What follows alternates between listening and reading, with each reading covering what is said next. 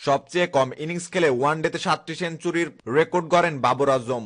শুধু তাই নয়, আরব আমিরাতে 5টি সেঞ্চুরি করে আরও একটি রেকর্ড গড়েন পাকিস্তানের তারকা এই ক্রিকেটার। নির্দিষ্ট কোনো ভেন্যুতে সচিন টেন্ডুলকার ও সাইদ আনোয়ার 7টি সেঞ্চুরি করে শীর্ষে রয়েছেন। সেই তালিকায় দ্বিতীয় পজিশনে 24 বছর বয়সী বাবর। সাম্প্রতিক সময়ে দুর্দান্ত ফর্মে রয়েছেন বাবর আজম।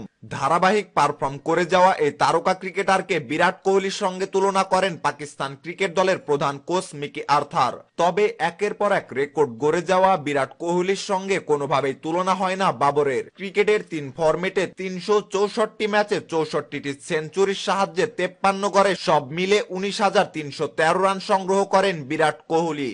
সেই তুলনায় বাবর আজম 3 ফরম্যাটে 109 ম্যাচ খেলার সুযোগ পেয়ে 9টি সেঞ্চুরির সাহায্যে 44.76 গড়ে 4,879 রান করেন। মিকি আর্থারের মন্তব্যের পর থেকে সমালোচনার শুরু।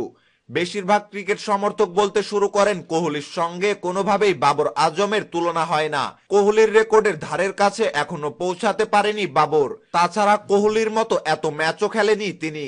তবে ধারাবাহিকতা দেখিয়েছেন বাবর। সামনে বিশ্বকাপ। পাকিস্তান ক্রিকেট সমর্থকরা বাবরের ব্যাটে বিশ্বজয়ের স্বপ্নও দেখছে। ক্রিকেট ভক্তদের এই প্রত্যাশার চাপ নিতে রাজি হলেও কোহলির সঙ্গে তুলনায় রাজি নন বাবর। সাম্প্রতিক সময়ে এক অনুষ্ঠানে 24 বছর বয়সী বাবর বলেন, আমি মাঝে মধ্যেই শুনতে পাই কিছু সমর্থক আমার সঙ্গে কোহলির তুলনা করেন। বিরাট কোহলি অনেক বড় মাপের ক্রিকেটার। আমি এখনো ওর রেকর্ডের ধারের কাছে পৌঁছতে পারিনি। আমি সবেমাত্র নিজের ক্যারিয়ার শুরু করেছি। এদিকে কোহলি এরই মধ্যে অনেক রেকর্ড করে বসে রয়েছে, ফলে কোনোভাবেই আমার সঙ্গে তার তুলনা চলে না।